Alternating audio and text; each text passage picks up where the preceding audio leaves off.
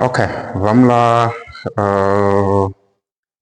fazer a resolução do exame da 10ª classe 2024, primeira chamada.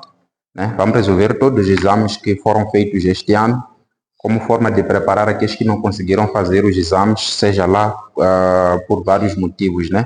Nós sabemos que as coisas não estão bem agora. Muito bom, nós vamos diretamente ao ponto e vamos tentar resolver esse exame.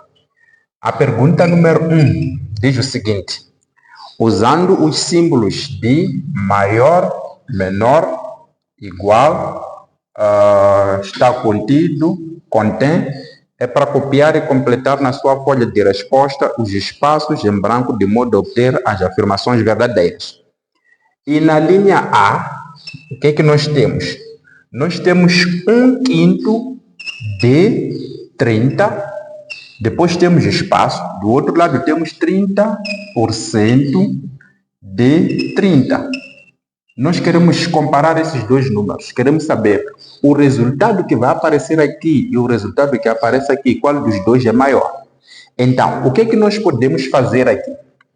Nós podemos fazer o seguinte: 1/5, gente, é o mesmo que ter 1 a dividir, né? Vamos dividir por 5, assim.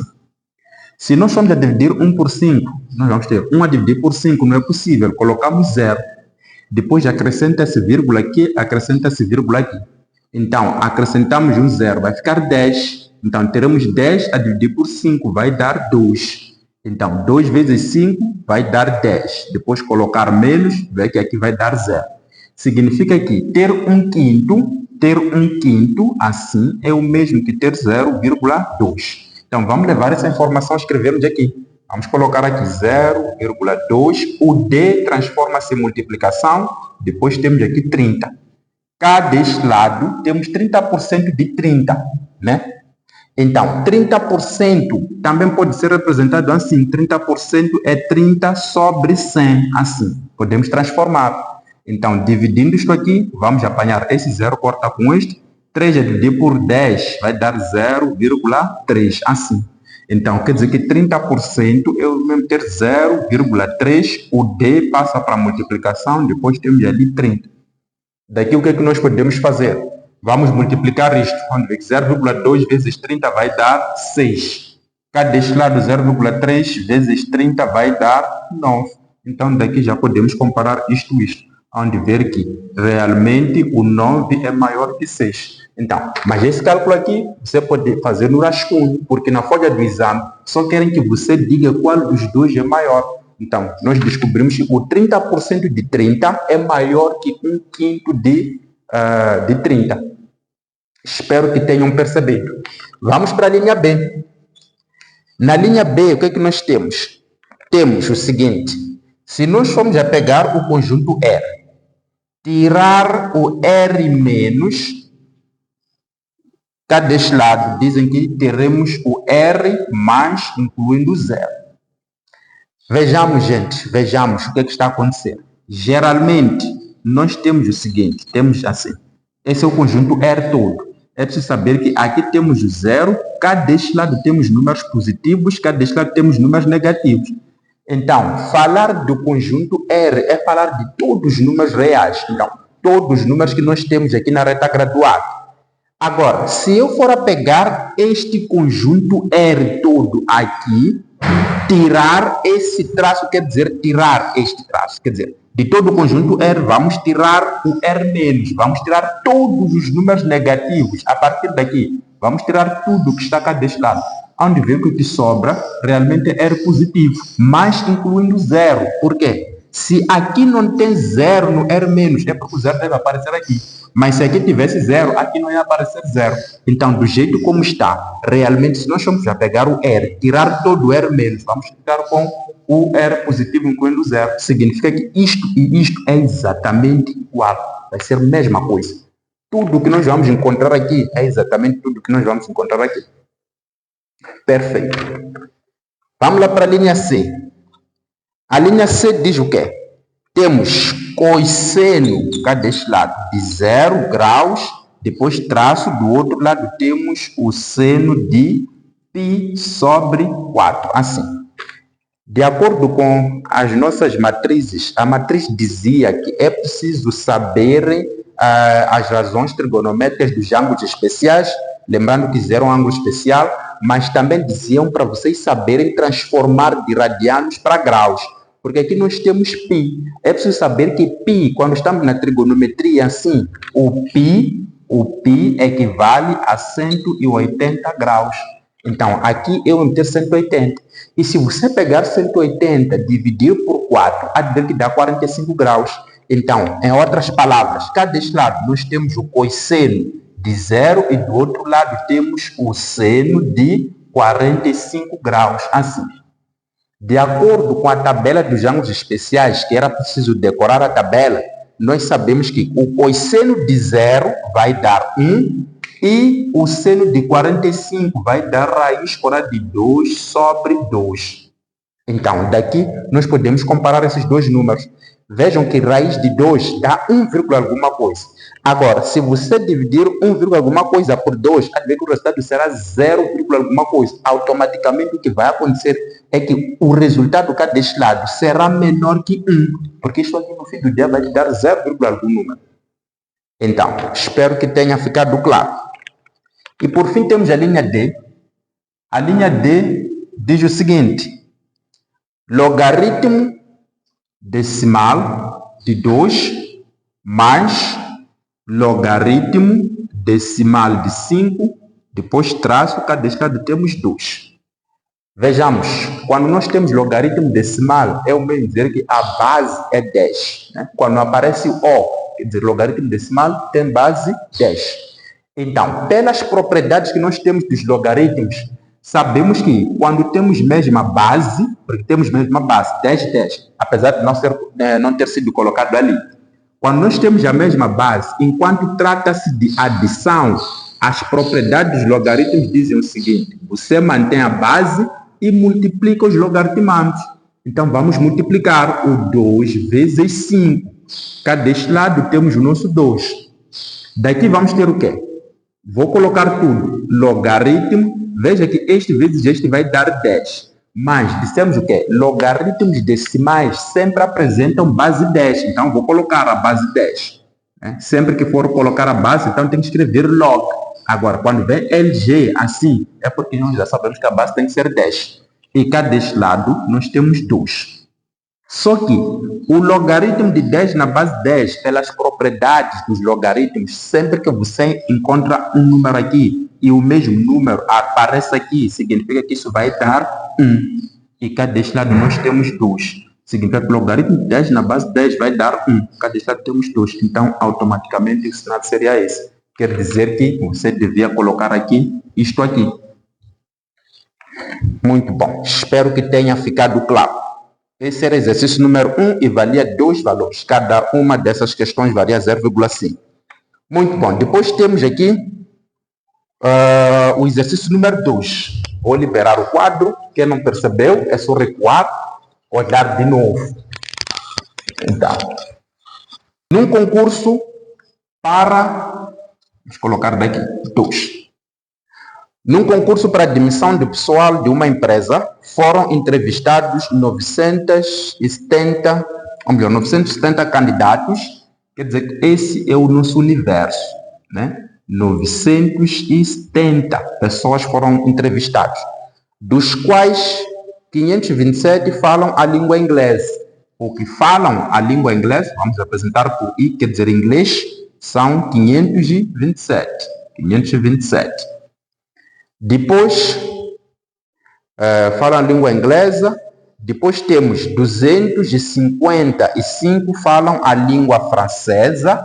Então, os que falam a língua francesa são 255.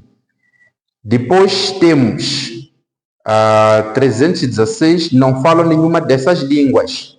Agora, os que não falam nem a língua inglesa, nem falam francês, não falam nenhuma das línguas, vamos apresentar assim, são 316, de acordo com o exercício. Daqui querem saber, determine o número de candidatos que falam as duas línguas. estamos à procura daqueles que falam ao mesmo tempo a língua inglesa e a língua francesa. Se queremos saber são quantos. Então, é assim como nós extraímos os dados para esse problema. É só ler o exercício atentamente e encontrar os dados.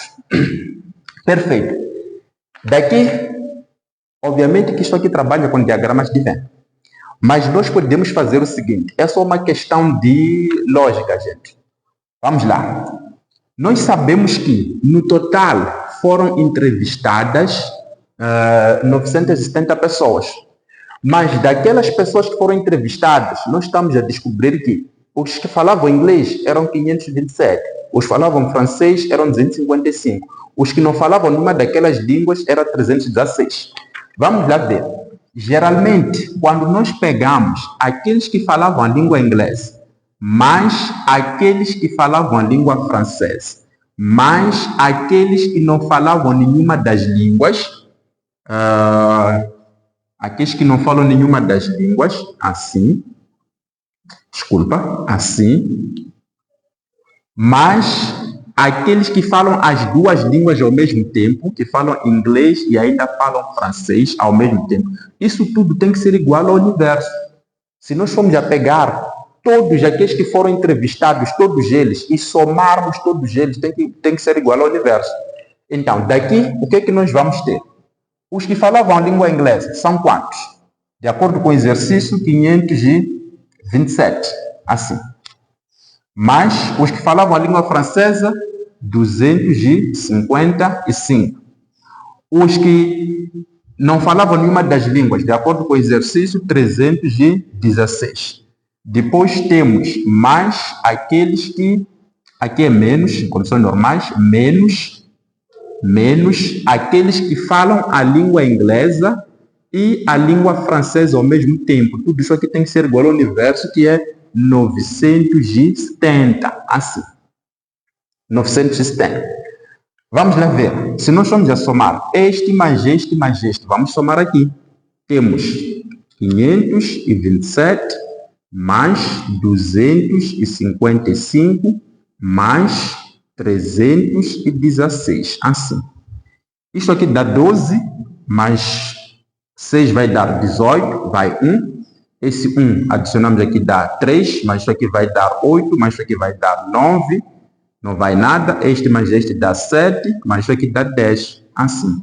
Vamos encontrar 1098.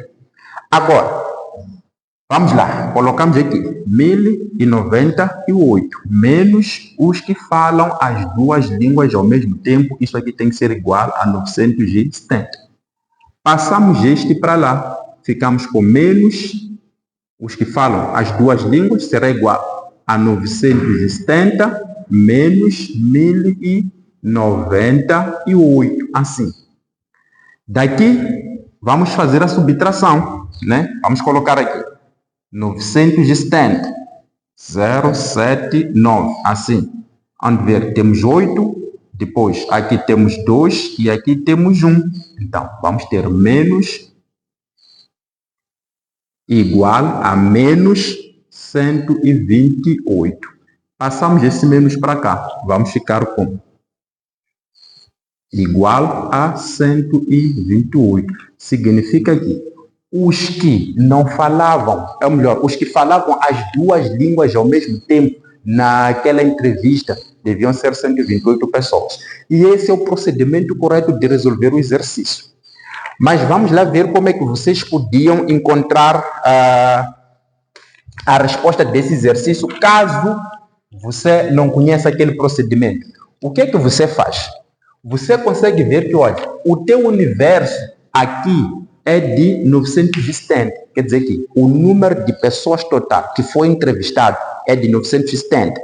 Mas, quando nós pegamos esses aqui que falavam inglês, falavam francês e não falavam nenhuma das línguas, somarmos tudo isto aqui, descobrimos que vamos encontrar 1098. Aí você tem que se perguntar, como é possível, num sítio onde só tem 970 pessoas, ao somar tudo, encontrar 1098? Então, has de ver que alguma coisa não está bem.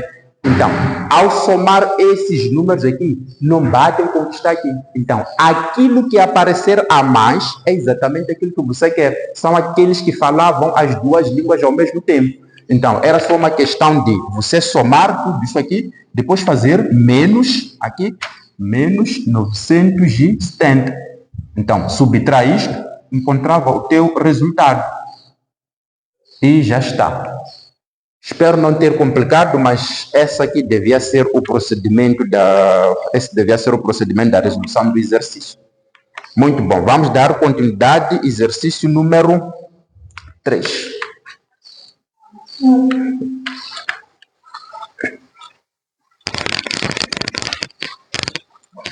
Podemos apagar isto. Quem não percebeu algo é só recuar, voltar a ver de novo e até perceber. Muito bom. Exercício número 3. Diz o seguinte: resolva R a inequação. Temos uma inequação que é x ao quadrado menos 9 maior ou igual a 0. É para resolver aquela inequação em R. De acordo com a matriz, vocês tinham e no exame iam pedir a resolução de uma inequação, tanto por método gráfico, assim como por método analítico. O exercício aqui não diz qual dos métodos usar. Eu dizia, quando o exercício não te diz qual é o método que você deve usar, sempre procura optar pelo método gráfico, porque é mais simples em comparação com o método analítico. Então, nós vamos fazer com o método gráfico aqui. Vejamos, se você tem uma inequação quadrada que pretende resolver a inequação, primeiro transforma isso numa equação. Fica x ao quadrado menos 9, coloca igual a 0.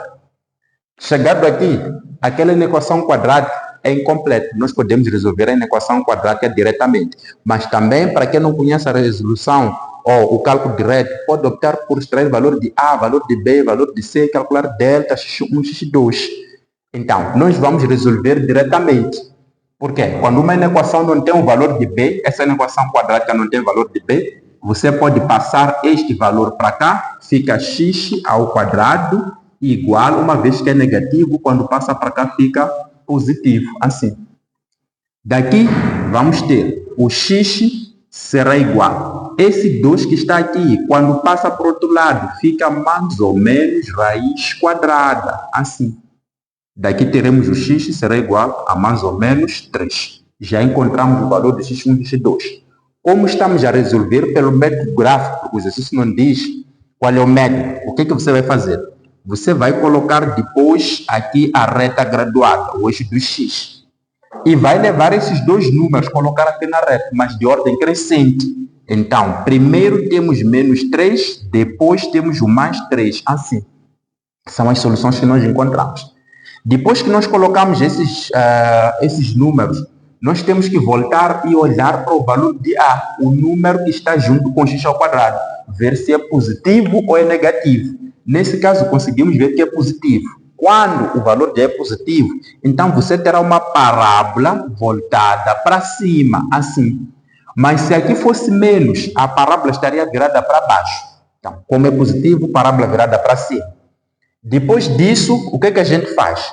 Voltamos de novo para aqui, olhamos para esse sinal. Se você tem aqui maior, significa o quê? Nós estamos à procura da parte onde esse nosso gráfico está acima do eixo do x. Porque maior que 0 é quando está acima do eixo do x. Menor, se fosse menor que 0, seria a parte abaixo do eixo do x. Então, nesse caso, como vê maior, estamos à procura dessas partes aqui, onde o gráfico está acima do eixo do x. Vendo que o eixo do x está aqui. Então, a parte que estamos à procura dela é esta aqui, onde o gráfico está acima do eixo do x, mas também estamos à procura desta parte aqui, onde o gráfico está acima do eixo do x. Se fosse menor, nós íamos pintar apenas essa parte daqui de baixo. Então, depois de pintar, é só colocar a solução. Dizer para essa equação, o x deve pertencer intervalo aberto, porque estamos à procura dessa parte toda, que é de menos infinito até chegar no menos 3, intervalo fechado. Depois, juntar, vamos colocar reunião, a partir daqui, do 3 positivo até chegar no mais infinito. Esta vai ser a solução da nossa equação. Estamos a pegar essa parte, que é de menos infinito até menos 3, depois aqui de 3 até mais infinito. Agora, O intervalo é fechado aqui e é fechado aqui por quê? Porque nós temos maior ou igual. Esse traço de igualdade é o traço que nos permite fechar o intervalo. Se não tivesse esse traço, o intervalo seria aberto aqui e também seria aberto aqui. E lembrar que onde tem menos infinito ou mais infinito, o intervalo nunca deve estar fechado. Nunca. Muito bom. Vamos lá para o exercício número 4. O exercício número 4, vocês têm um logaritmo, que é para achar a expressão desse logaritmo. Temos logaritmo, aqui temos 2, aqui temos 32, assim. Queremos a solução daquilo. Quando você tem um logaritmo, pretende encontrar a solução, uma expressão logarítmica assim, o que é que você deve saber? Primeiro, já dissemos ainda hoje, o logaritmo de A na base A tem que ser sempre igual a 1. O que isso significa? Sempre que você encontrar um logaritmo onde o número daqui e o número daqui são iguais, a solução é 1, sempre. Né? É só lembrar que os tais números devem ser positivos e diferentes do 1.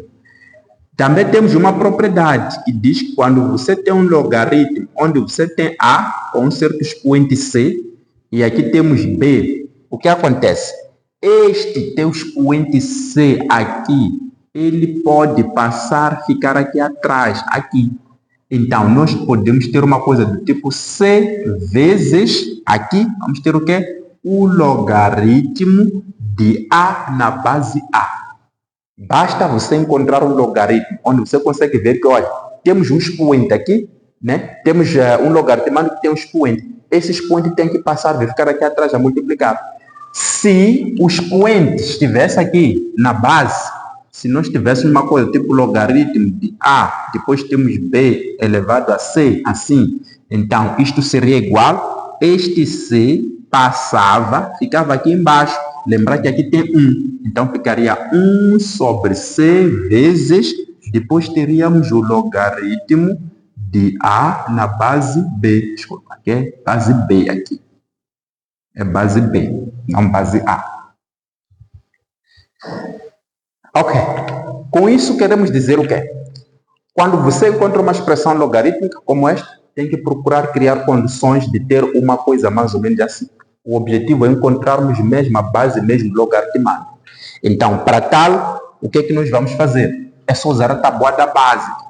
Nós aqui temos o logaritmo, temos 2. Esse 32, o 32 pode ser dividido por 2, que vai dar 16, por 2, que vai dar 8, por 2, que vai dar 4, por 2, que vai dar 2, e por 2, que vai dar 1.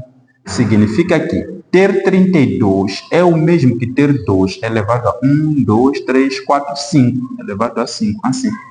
Então, vamos levar esse 2 elevado a 5, substituir no lugar de 32. Então, aqui onde tem 32, vamos colocar 2 elevado a 5. Daqui, o que é que vai acontecer? Vai se aplicar essa propriedade, porque eu consigo ver que tenho um logaritmado, tem um expoente, está aqui logaritmado com um expoente. Então, este expoente passa, fica aqui atrás, aqui, passa a multiplicar. Então, o que é que nós vamos ter? Vamos ter 5 vezes o logaritmo de 2 na base 2, assim. E chegado aqui, já sabemos que isto aqui deve dar 1, porque está aqui a propriedade. Quando o número daqui e o número daqui forem iguais, isso vai nos dar 1. É o que está a acontecer aqui. Logo, nós teremos este 5 vezes isto aqui, já sabemos que vai dar 1. E por fim teremos 5 como solução. Então, terminava aquele logaritmo. Lembrar que isto tudo está no rascunho. A resolução do exercício é exatamente esta aqui. Espero que tenha ficado claro. Vamos lá para o número 5. O número 5 diz, simplifique a expressão. O que é que nós temos no número 5? Temos 2 vezes o seno de π sobre 6 mais cosseno de π sobre 3. Tudo isso aqui sobre 3 vezes o tangente de 45. 3 vezes o tangente de 45 graus. Vejamos, amigos. Primeiro, já combinamos que o π é o mesmo que 180 na trigonometria. Preciso saber isso aqui é 180. Agora, se eu tenho 180 aqui, você faz 180 a dividir por 6. Vai descobrir que dá 30. Então, aquilo ali é o mesmo ter 2 vezes o seno de 30. Assim. Mais o cosseno π, que é 180, a dividir por 3 vai dar 60. Então, mais cosseno de 60. Depois, sobre, aqui embaixo temos 3 vezes o tangente de 45 graus. Assim. Daqui temos que ir olhar para a tabela dos ângulos especiais. Existe uma tabela dos ângulos especiais. Para os que vêm, aqui a explicação, sabem que nós colocamos a tabela numa das paredes. E nós sempre aconselhamos a decorar aquela tabela. Eu preciso conhecer aquela tabela. Né? Porque nem sempre a máquina calculadora vai nos ajudar, mas é claro que ajuda. Vamos lá, aqui vamos ter 2 vezes o seno de 30 na tabela. O seno de 30 é 1 sobre 2, isto é 0,5 se você usar a máquina calculadora, tanto faz. Mas o cosseno de 60 também dá o mesmo número, que é 1 sobre 2, assim. Sobre este 3 vezes o tangente de 45 na tabela vai te dar 1. Então, esses são ângulos especiais. Vocês devem conhecer os ângulos especiais. Daqui, o que é que nós vamos fazer? Temos o quê? Esse 2 multiplica aqui em cima. Lembra que não é para calcular LMC onde tem multiplicação. Esse 2 tem que multiplicar aqui em cima. Vai ficar 2 sobre 2, assim. Mais este 1 sobre 2, assim. Tudo isso aqui sobre 3 vezes 1 vai dar 3. Espero que isso não esteja a complicar tanto assim. Daqui, o que nós vamos fazer? Vamos resolver ainda a parte daqui de cima. Essa parte daqui de baixo vamos deixar. Uma vez que temos o mesmo denominador e trata-se de adição, podemos adicionar o que está em cima, manter o denominador. Significa que aqui vamos ter o 3 sobre 2, por sua vez, sobre 3, assim. Né? Aqui estamos a somar este 2 mais este 1, dá 3. O denominador que é o mesmo estamos a manter. E esse que estava aqui, colocamos aqui embaixo. Daqui, vocês vão ter o quê? Pelas propriedades da multiplicação, esse 3 aqui passa, multiplica exatamente aqui embaixo. Significa que aquilo vai se transformar em 3 sobre 2 vezes 3, assim. Daqui, podemos cortar esse 3, cortar com esse 3. Então, quando você corta esse 3, é preciso saber que aqui em cima fica 1, porque o 1 é um número neutro, mas está sempre lá. Não é para você cortar este, de repente colocar 2 sozinho, estaria errado, né? Então, tem que ser 1 sobre 2, que é exatamente o 1 que sobrou aqui, e esse 2 que nós temos aqui. Então, esta aqui é a expressão simplificada do exercício número 5. Esse é o exercício número 5. Então, aquele ali é o resultado. Espero que tenha ficado claro. Vamos para o exercício número 6. Vamos liberar o quadro.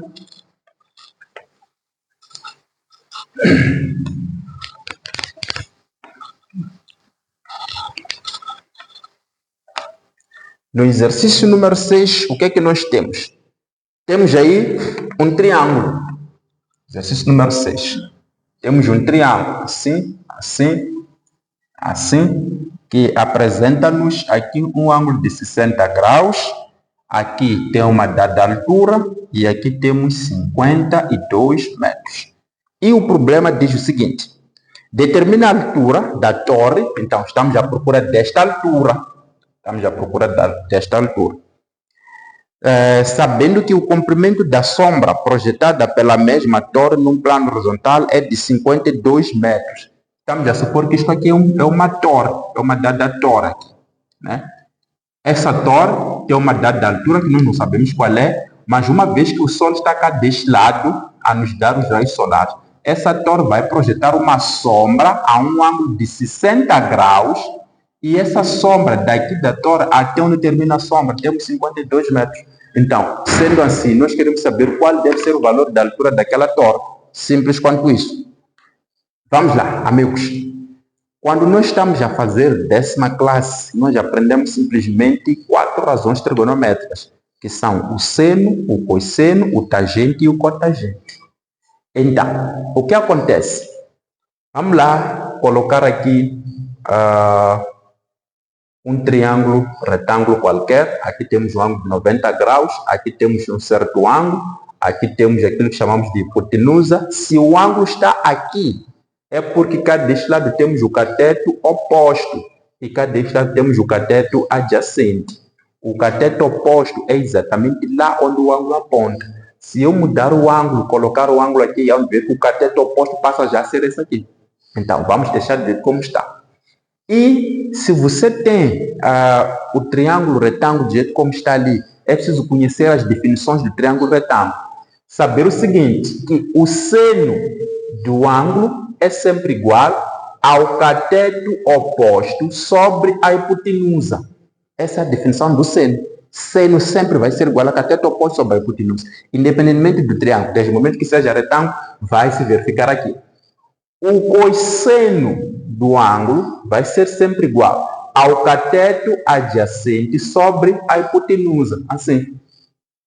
Depois temos o tangente do ângulo será igual a cateto oposto sobre cateto adjacente.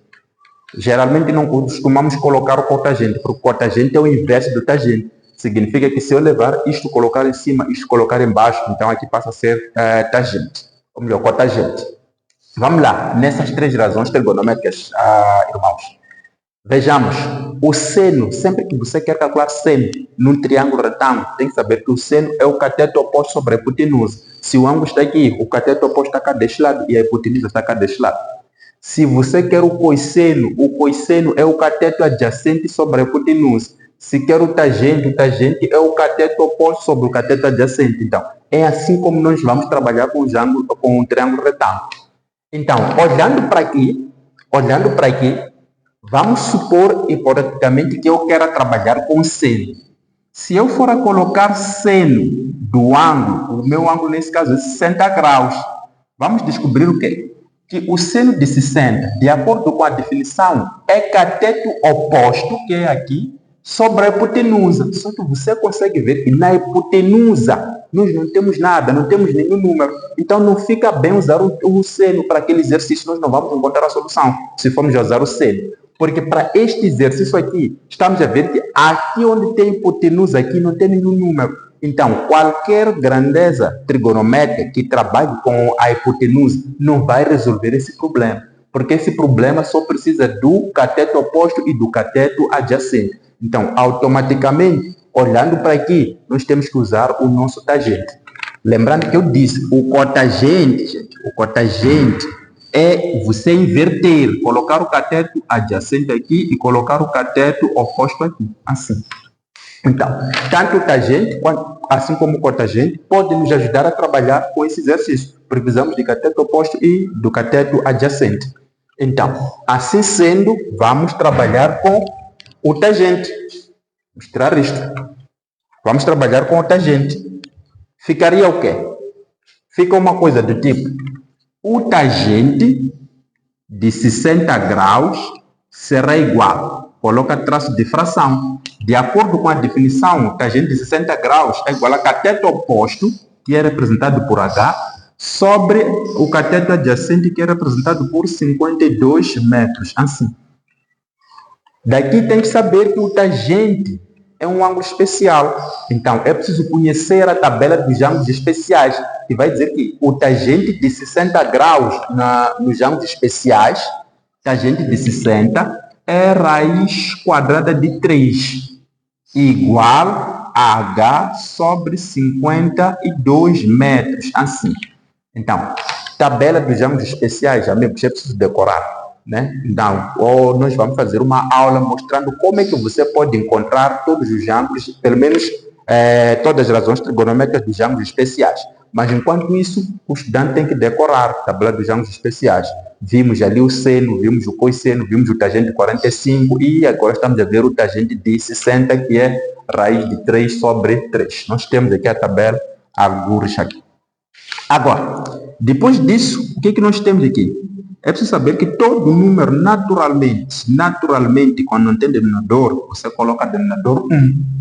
E saber fazer aquela regra de 3 simples que diz produto dos meios, produto dos extremos. Então, daqui veremos o quê? Que H vezes 1 vai dar H, porque todo número vezes 1 desse mesmo número. Depois coloca o teu igual, multiplica 52 por raiz de 3, vai dar 52 raiz de 3. Coloca aqui metros, acabou. Então, essa aqui era a solução do exercício número 6. Lembrando que isso tudo aqui faz parte do rascunho. O exercício, a resolução do exercício é exatamente essa aqui. Muito bom, vamos tentar ganhar tempo. Vamos para o exercício número 7. Vamos liberar o quadro aqui. O exercício número 7 também é uma figura. Temos aí um retângulo, perdão. Neste retângulo temos A, temos B, temos C, temos o D, assim. Foi dividido o retângulo. Aqui tem uma diagonal, onde dizem que aqui é X, aqui também é X. Depois dizem que esse lado do retângulo mede Y e este lado aqui mede 2Y, que é a nossa hipotenusa. Então, naquelas condições ali, querem saber qual é o valor do ângulo X. Estamos à procura do valor desse nosso ângulo X. Vamos lá, amigos. Aqui nós temos um ângulo reto. Então, vejamos. Se é um retângulo, o retângulo é aquela figura que tem dois lados iguais que são paralelos, né? Dois lados paralelos iguais e outros dois lados paralelos iguais. Por isso, se aqui mede Y, é porque aqui também vai medir Y. Isso é lógico. É lógico. Então, nós não sabemos a medida deste outro lado, mas não tem problema. Por quê? Nós temos aqui o nosso ângulo. O ângulo é X. Olhando para esse nosso triângulo, conseguimos ver que nós temos o ângulo aqui, onde o seno deste ângulo é sempre cateto oposto sobre a hipotenusa, né? Pela definição, ainda está aqui. O seno do ângulo é cateto oposto sobre a hipotenusa. Então, se você reparar, vamos dividir nosso triângulo. Vamos trabalhar só com este triângulo aqui. Vamos trabalhar com esse triângulo aqui. Então, o que é que nós temos nesse triângulo? Nós temos que o nosso ângulo está aqui e temos aqui o cateto oposto e temos aqui o valor da hipotenusa. Não temos o valor do cateto adjacente. Então, o que nós devemos fazer é, se não temos cateto adjacente, é porque em nenhum momento devemos usar o cosseno, devemos usar o tangente, nem devemos usar o cotangente. Nesse exercício especificamente, o único que vai nos ajudar a sair dali é o seno, porque o seno é que trabalha com o cateto oposto e trabalha com a hipotenusa ao mesmo tempo. Então, se você já tem isso em mente, é só colocar o seno do teu ângulo X será igual, pela definição, cateto oposto sobre a hipotenusa. Então, o seno do X será igual, traço de fração.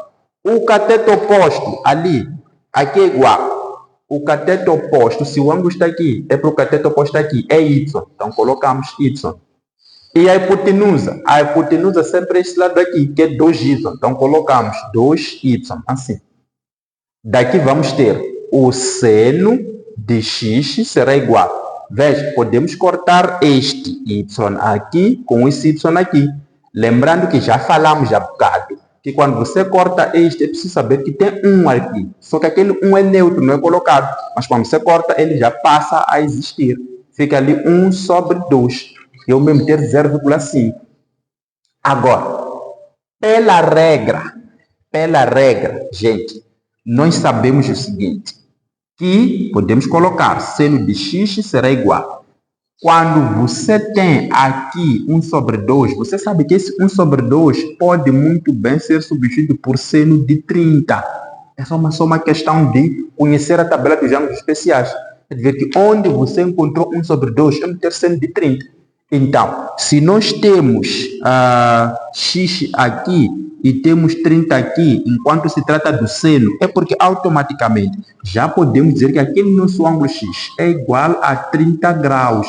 e já encontramos o valor de x. Né? Ou podia-se calcular o arquisseno, não sei, mas eu acredito que esse aqui era o procedimento mais simples de encontrar o valor do x. Quem não percebeu, é só uma questão de voltar a ver. Vamos tentar ganhar tempo, vamos para o número 8. Vamos apagar isto. Vamos para o número 8 e vamos tentar simplificar as coisas o máximo possível. Podemos apagar aqui também.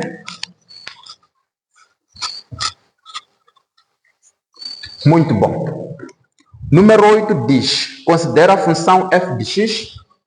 Número 8 nos deram uma função f de x que dizem que é igual ao logaritmo de x na base 2. A linha A querem para representarmos graficamente. Né? Para representar graficamente essa função é muito simples.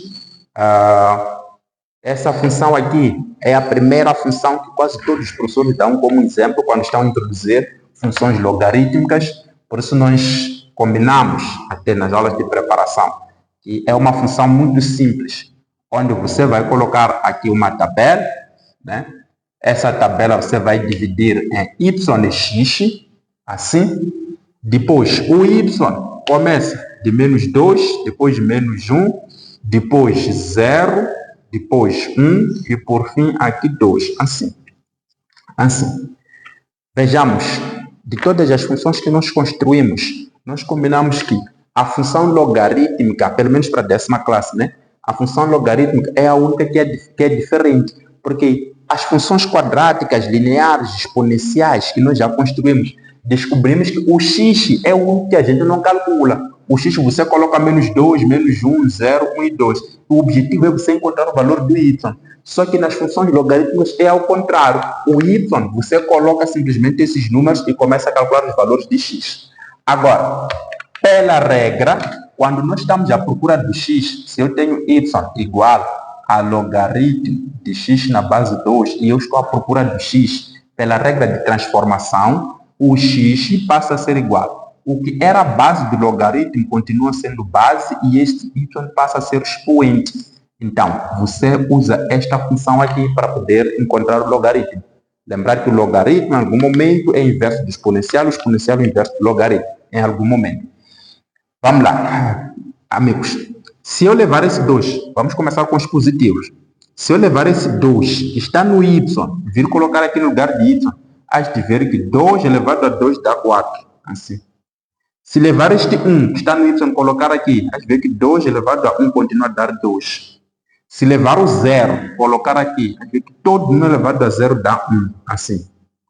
Se levar menos 1, colocar aqui, dissemos o quê? Quando o expoente é negativo, tem que criar condições daquele expoente ser positivo. Por isso, se você tem 2 elevado a menos 1, é preciso criar condições deste ser positivo. Agora, para aquele ser positivo, é preciso lembrar que aqui temos o denominador 1. É preciso levar este para cima e este para baixo. Vai ficar o quê? 1 sobre 2, tudo isto aqui é elevado a 1, assim. E isto vai ser igual a 1 sobre 2. Simples quanto isto. Significa que aqui teremos 1 sobre 2. Levar esse menos 2, vir colocar aqui. Nós teremos o quê? 2 elevado a menos 2. Mesma história. Aqui tem denominador 1. Para esse ser positivo, este 1 deve subir e este deve descer. Assim, ficamos com 1 sobre 2. Tudo isto aqui elevado a 2 positivo.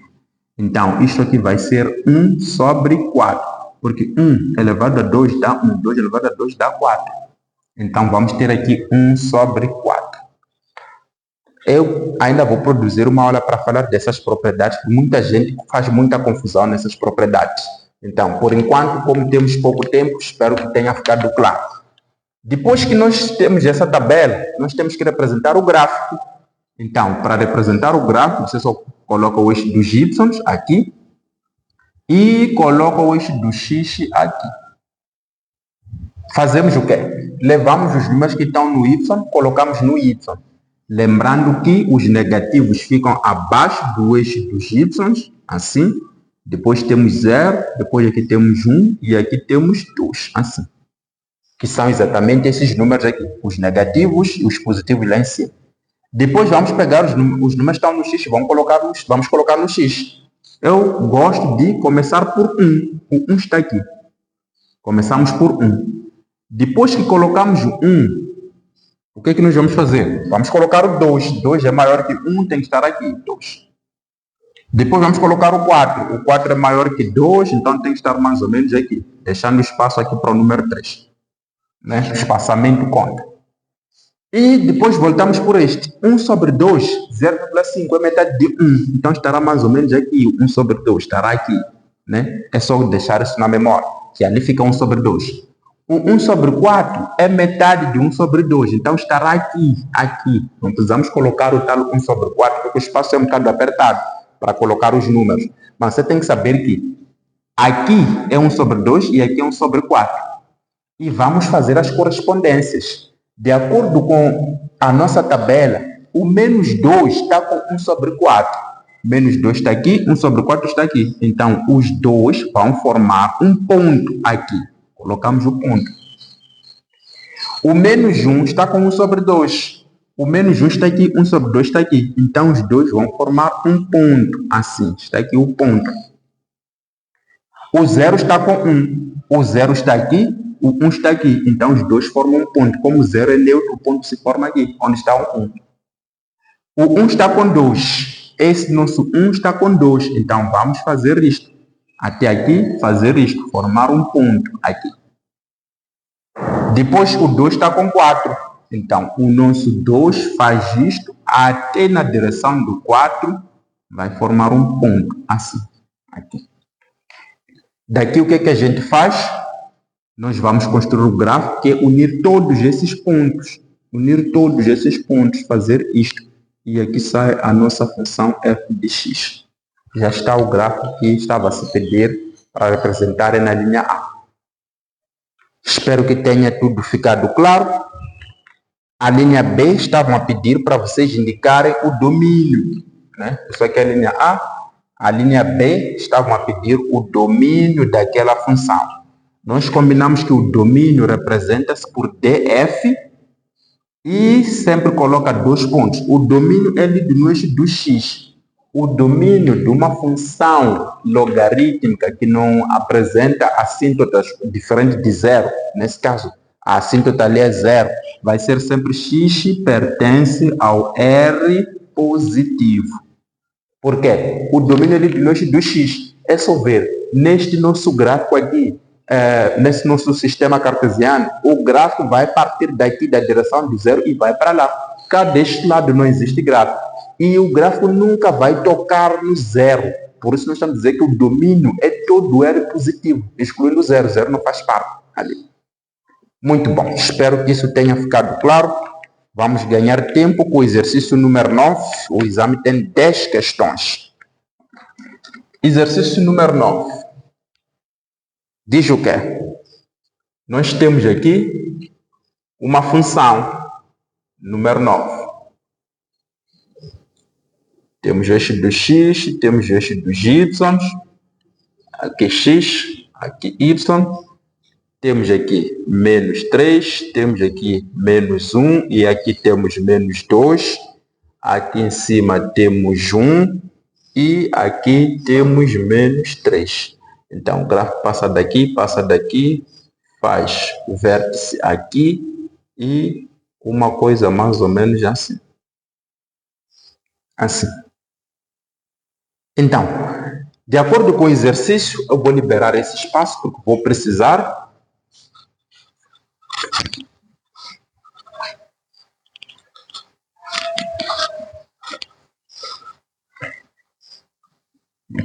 Acho que também vou precisar, vamos fazer isso. Muito bom. De acordo com o exercício, diz, o gráfico abaixo representa a função g de x. Depois, determine a linha A equação do eixo de simetria da parábola. Falamos muito da equação do eixo de simetria. É uma coisa muito simples de identificar, que nós vamos identificar aqui mesmo. A linha A. A equação do eixo de simetria é só você colocar x igual ao valor de x vértice. O vértice é aqui, nesse ponto máximo ou ponto mínimo, vai depender da parábola, mas para o nosso caso é o ponto máximo. Este ponto aqui chama-se vértice. Então, aqui no vértice, você tem duas coordenadas. Tem a coordenada, tem o valor de x e tem o valor do y. Então, nós, quando falamos de x vértice, ou do eixo de simetria, estamos à procura de coordenada de x, isto é, x vértice. Então, só dizer que o x será igual, o x vértice aqui é menos 2, né? Porque é daqui, eixo de simetria, é aquele ponto onde você pode dividir o gráfico em duas partes iguais, mas simétricas, né? Vamos ver que esta parte que temos cá deste lado e essa parte cá deste lado daquele gráfico são iguais, apenas apresentam sinais contrários. Então, resumindo, sempre que você tem uma equação quadrática, uma função quadrática que pede eixo de simetria, procura o x vértice. Então, o x vértice é exatamente aqui no menos 2, por isso dissemos que x tem que ser igual a menos 2. Então, o que você vai fazer depois? Passa esse menos 2 para cá. É negativo, quando passa para cá, fica positivo. Vai ter x mais 2 depois de igual a 0. E já tens aqui a tua equação do eixo de simetria. Simples quanto aquilo. Só e só aquilo. Então, não tinha nada. Vamos lá para a linha B, do mesmo exercício, que diz, determine a expressão analítica da função. Queremos a expressão analítica da função. Nós combinamos que para vocês encontrarem a expressão analítica, vocês vão seguir 3 passos. O primeiro passo parte da extração dos dados. Vamos extrair os dados no primeiro passo. Assim. Depois de extrair os dados, vamos para o segundo passo. No segundo passo, nós vamos calcular o valor de A. Todas as equações quadráticas, funções quadráticas, onde pedirem expressão analítica, vão seguir esses passos. E o terceiro passo, já vamos encontrar já a própria expressão analítica. A própria expressão analítica da nossa função. Então, quais são os dados que nós devemos extrair no primeiro passo? Primeiro, eu preciso saber o seguinte. Numa expressão, numa função quadrática, nós podemos encontrar duas fórmulas. A primeira é y igual a depois x menos o x vértice ao quadrado mais o y vértice, assim. A segunda é y igual a abrir parênteses, x menos o x1, depois x menos o x2, assim. Então, nós temos essas duas fórmulas aqui para achar a expressão analítica. Então, você escolhe a fórmula que se adequa melhor aos dados do gráfico que você tem e começa a extrair os dados de acordo com a fórmula escolhida. Então, eu posso escolher a fórmula de cima, posso escolher a fórmula de baixo. É só saber que, antes de escolher a fórmula, tens que ver se a fórmula vai de acordo com o gráfico ou não. Porque se eu quero usar essa fórmula daqui de cima, eu tenho que ter certeza que o meu gráfico me deu o valor de x1 e ainda me deu o valor de x, ou melhor, x vértice e o y vértice. Então, eu encontro aqui tanto o x vértice, tanto o y vértice. Então, aquele gráfico, aquela função pode funcionar. Aquela fórmula. Então, a fórmula de baixo diz que você tem que ter o valor de x1 e o valor de x2. Então, eu vou olhar para o gráfico, descubro que o meu gráfico tem o valor de x1 aqui e ainda tem o valor de x2 aqui. Então, significa que a fórmula de baixo para essa função também funciona. Então, só que eu aconselho muito, sempre que as duas fórmulas favorecerem, use esta daqui de baixo, porque é muito usada dessa forma, muito usada. Então, o aluno tem que ter o domínio daquela forma. Então, nós vamos usar aquela forma daqui de baixo, onde temos y como dados. Temos y, temos x, temos x1 e ainda temos o x2, assim. Lembrar que o valor de A não é para ser extraído nos dados, o valor de A é calculado no segundo passo.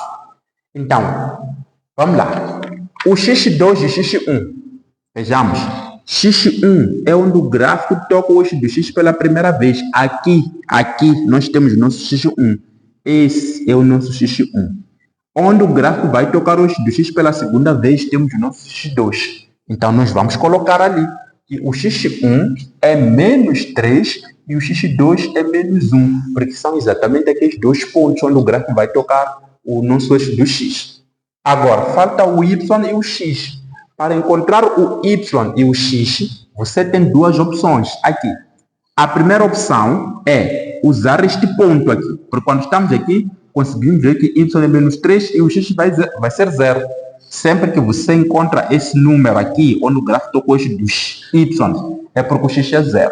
Ou também pode escolher esse ponto, porque aqui nós temos valor de y, temos valor de x. Mas eu vou escolher esse ponto, onde temos o y igual a menos 3 e automaticamente o x vai ser igual a 0. Assim. Já está o primeiro passo. O segundo passo, fazemos o quê?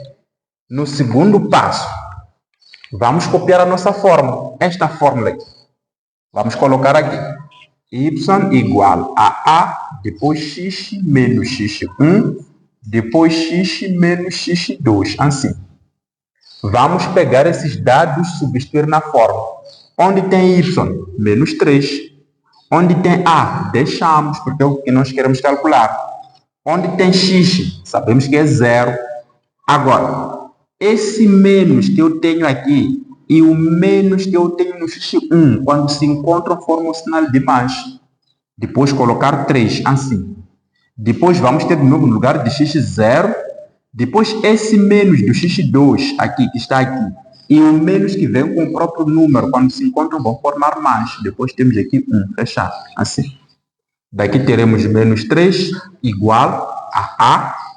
Vamos lá, 0 mais 3 vai dar 3, vezes 0 mais 1 vai dar 1. Então, vamos ter menos 3 será igual, isto tudo vamos multiplicar, onde ver que vai dar 3 já. Porque 3 vezes 1 dá 3, 3 vezes já dá 3 já. Esse 3, quando passa para cá, passa a dividir. Então, teremos menos 3 sobre 3 igual a A. Então, dividindo isso aqui vai dar menos 1. Automaticamente, o nosso A será igual a menos 1. Já temos o valor de A, que é menos 1. E o valor de A bate porque a parábola está virada para baixo. Se é uma parábola virada para baixo, é porque tem que ter valor de A negativo. Vamos para o terceiro passo, que é o último. O terceiro passo consiste em copiar de novo a mesma fórmula e colocar ali. Então, vamos colocar y igual ao valor de A, depois x menos x1, depois x menos o x2. Assim. Vamos de novo levar os dados, substituir ali, e levar o valor de A, substituir ali. Mas existe uma exceção. Quando já estás no terceiro passo, o y, assim como o x, não é para substituir mais, é para deixar do jeito como está. Não é para substituir aqueles dois. Então, vamos deixar o y, onde tem A, já calculamos o valor de A, descobrimos que é menos 1, então vamos colocar menos 1, assim. Onde tem x não é para substituir. Agora, tem o menos aqui, depois tem o x1, só que o x1 apresenta sinal menos. Então, esse menos, quando se encontra com esse menos, vai formar mais aqui. E coloca 3. Assim, fechamos. A mesma coisa acontece aqui. O x não é para ser substituído. Esse menos que eu tenho aqui, quando se encontra com este menos, vai formar mais. Então, colocamos aqui 1 e fechamos assim. Daqui, o que é que a gente faz? Propriedade distributiva. Esse x tem que multiplicar aqui. O mesmo x multiplica aqui. Depois, esse 3 vai multiplicar aqui, o mesmo 3 sai e vai multiplicar aqui, de modo a eliminar aqui estes parênteses todos. Vamos ficar com y igual a menos 1, abrir parênteses assim. O x vezes x vai dar x ao quadrado. Esse x vezes 1 vai dar x, todo número vezes 1 desse mesmo número. Então, esse x multiplicou aqui, deu x ao quadrado. Esse x multiplicou aqui, deu 1. Terminou o trabalho desse x. Agora é a vez do 3. O 3 multiplica o primeiro x, vai dar 3x. Multiplicar um número, uma letra. É só colocar o número à frente e a letra atrás. Depois, 3 vezes 1 vai dar também 3. Assim, fechamos. Daqui vamos ter o quê? O y será igual a menos 1, que é esse menos 1. Aqui dentro, nós temos dois termos semelhantes.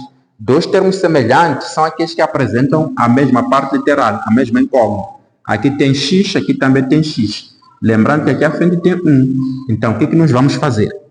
Esse tem x ao quadrado, mas eu o único aqui que estou com x ao quadrado. Então, deixa ele x ao quadrado. Assim.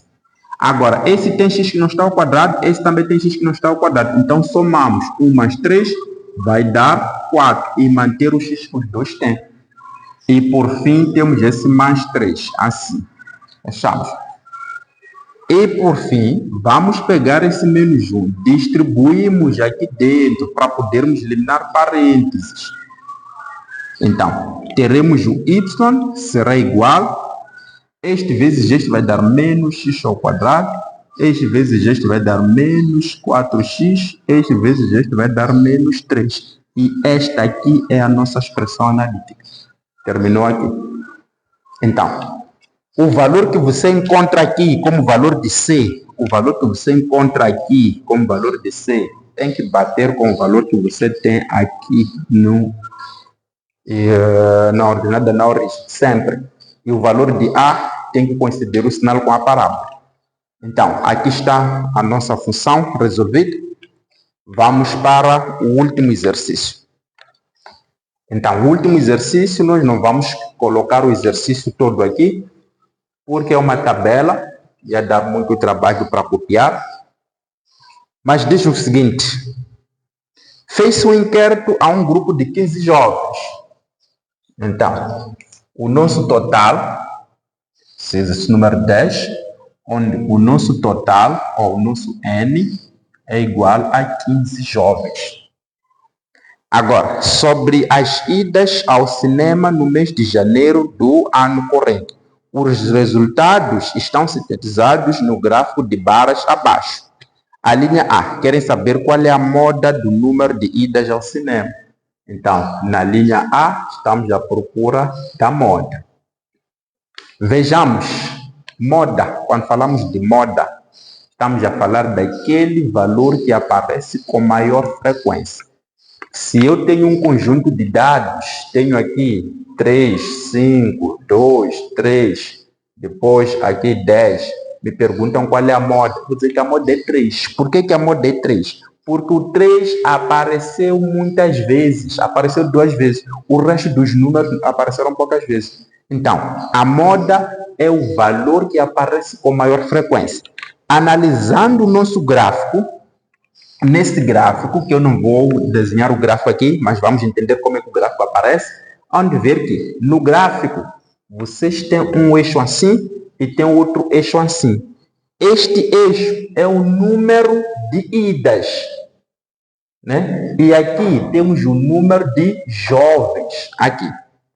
Agora, se nós formos a ver quantos jovens desses 15 não chegaram de ir ao cinema, onde ver que tem 2. Porque aqui aparece 0, então esse 0 vai até 2, para mostrar que 2 jovens não chegaram de ir ao cinema nem sequer uma vez, por isso tem 0 aqui.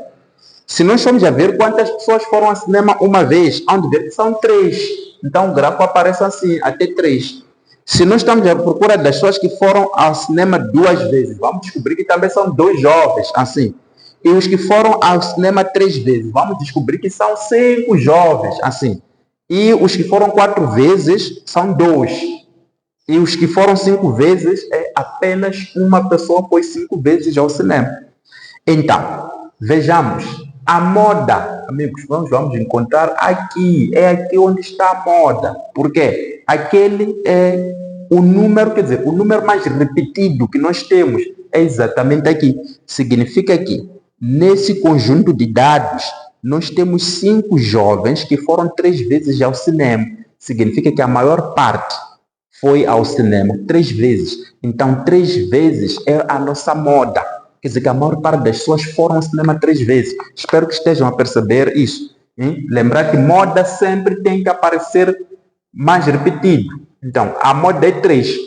Qual é a outra confusão que as pessoas costumam fazer? É confundir, dizer que a moda é 5, né? Mas não pode ser. Aqui o que nós estamos a estudar é o número de idas ao cinema. Quantas vezes a pessoa foi ao cinema? Então, nós estamos a estudar o número de jovens. Então, estamos a dizer que 5 jovens foram ao cinema 3 vezes. Então, ir ao cinema 3 vezes é a nossa moda. Não são os jovens que são a nossa moda. Não, é ir ao cinema 3 vezes nesse problema. Isso indica a nossa moda, não exatamente o 5. Espero que tenham percebido que realmente a moda é 3. A linha B estão a nos perguntar qual é o valor da mediana. Então, nós temos que saber o seguinte, a mediana é o valor que está no meio, o valor central, quando os dados estão organizados em rol. Quando falamos de rol, é você organizar os dados de ordem crescente ou ordem decrescente. A escolha é tua, mas os dados devem estar organizados. Vamos lá, por exemplo, aqui, se me perguntarem aqui, por exemplo, qual é a mediana, eu não tenho como encontrar a mediana. Por quê? Os dados ainda não estão organizados. Porque a mediana é o número do meio, mas eu não posso dizer que a mediana é 2 para os dados que não estão organizados. Se eu quero encontrar a mediana, tenho que organizar os dados. Vou colocar o 2, depois 3, depois 5 e por fim 10. Agora sim, os dados estão organizados. Então, a partir daqui eu posso encontrar a mediana. Cortar aqui, cortar aqui, cortar aqui, cortar aqui e o número que ficar no meio é a minha mediana. No caso de sobrarem dois números, faz o quê? Soma-se os dois, encontra-se o resultado, depois divide-se por 2. Isso você vai encontrar será a tua mediana. Agora, aqui temos 15 jovens no total. Então, nós teríamos que organizar todos os dados em rol para podermos encontrar aquele que está no meio. Como são 15 dados, acredito eu que sejam poucos, é possível organizar todos os dados. Então, vamos organizar os 15 dados. Mas no caso de serem muitos dados, aí existem procedimentos mais simples de se fazer. Mas nós vamos organizar esses dados. Vamos começar com aqueles que foram 0 vezes ao cinema. São 2 jovens. 2 jovens, assim, 0, 0. Os que foram uma vez ao cinema são 3. 1 e 1. É só seguir aí no gráfico de baixo. Os que foram 2 vezes ao cinema são 2. 2, assim, simplesmente. Os que foram 3 vezes são 5. Então, 1, 2, 3, 4, 5. Esses foram 3 vezes ao cinema. Os que foram 4 vezes são 2. Então, colocamos assim. E os que foram 5 vezes, apenas 1. Apenas 1. Então, eu já tenho todos os dados organizados ali. Então, para encontrar a mediana, eu tenho que ver qual é o dado que está no meio. Cortamos. Cortamos esse 0, cortamos este, corta 1 aqui, vem cortar aqui, corta aqui, corta aqui, corta aqui, corta aqui, cortamos, cortamos, cortamos, cortamos, cortamos, cortamos e ficamos com aquele 3 no meio. Significa que a minha mediana é igual a 3. É igual a 3. No caso de não ser possível você organizar todos os dados para depois começar a cortar, o que é que você vai fazer? Você consegue ver que, olha, a quantidade dos dados é 15. Então, tem que ver qual é o número que está no meio, se eu tenho 15. Para você encontrar o valor médio, você faz o quê? Divide a quantidade por 2. Isso aqui vai dar uma coisa tipo 7,5. Então, vai dar 7,5, assim. E aproxima exatamente para 8. Significa que o número que está no meio tem que ser 8. Então, começa a contar no gráfico de barras até encontrar 8. Por quê? No 0 tenho 2, mais 3 que eu tenho no 1 vão ser 5, mais 2 que eu tenho aí no 2 vão ser 7. Para encontrar 8, eu preciso chegar no 3. Então, ver que a mediana é 3. Mas esse procedimento é um bocado elaborado. E assim terminamos a resolução deste exame. Espero que tenham percebido. Se algo não estiver claro, é só voltar a ver.